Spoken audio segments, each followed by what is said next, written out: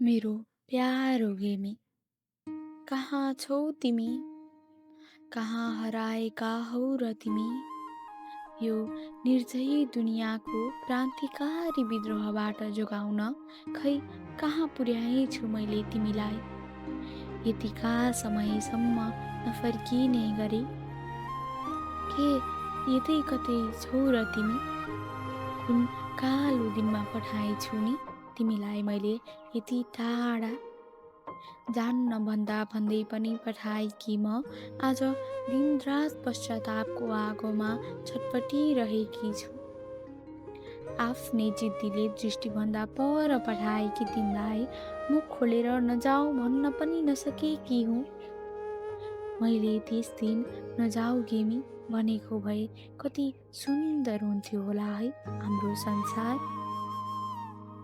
तिमी बिना त यो मानिसहरूको घुइँचो लागेको व्यस्त सहर पनि उराट लागेको छ। तिम्रो अनुपस्थितिले होला त्यो सप्तरङ्गी इन्द्रेणी पनि फिका परेको छ। मेरो जीवनको आधार तिमी, तिमी बिना त यो ओजस्वी जीवन पनि खल्लो लागेको छ। कसरी होस घुमेथ्यो कुन्नी? तिमीलाई त्यो क्षितिज पारीको रेखामा पठाउने निधो गरे। आज आफूले बुनेको त्यो क्रूरताको प्रतिमूर्तिमा म आफै परे। हेर त अहिले कस्ती भएकी छु म। न त तिमी नै छौ साथमा, न त हाम्रो चिनो, हाम्रो सन्तान नै।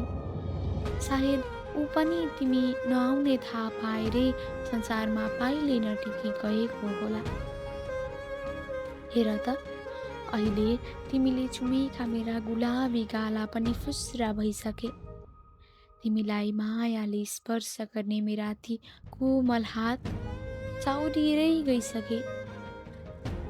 अब म पनि अस्ताउने बेला भइसक्यो।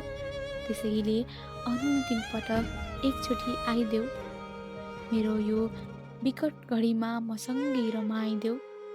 अनि जब म चिर निन्द्रामा पुग्छु नि, तब मलाई अन्तिम पटक त्यो न्यानो अँगालोमा बेरी पठाइदेऊ। तिमीले केही कष्ट गर्नु पर्दैन गेमी। मात्र एकपटक मेरो सामु आइदेऊ। तिम्री खुसमा।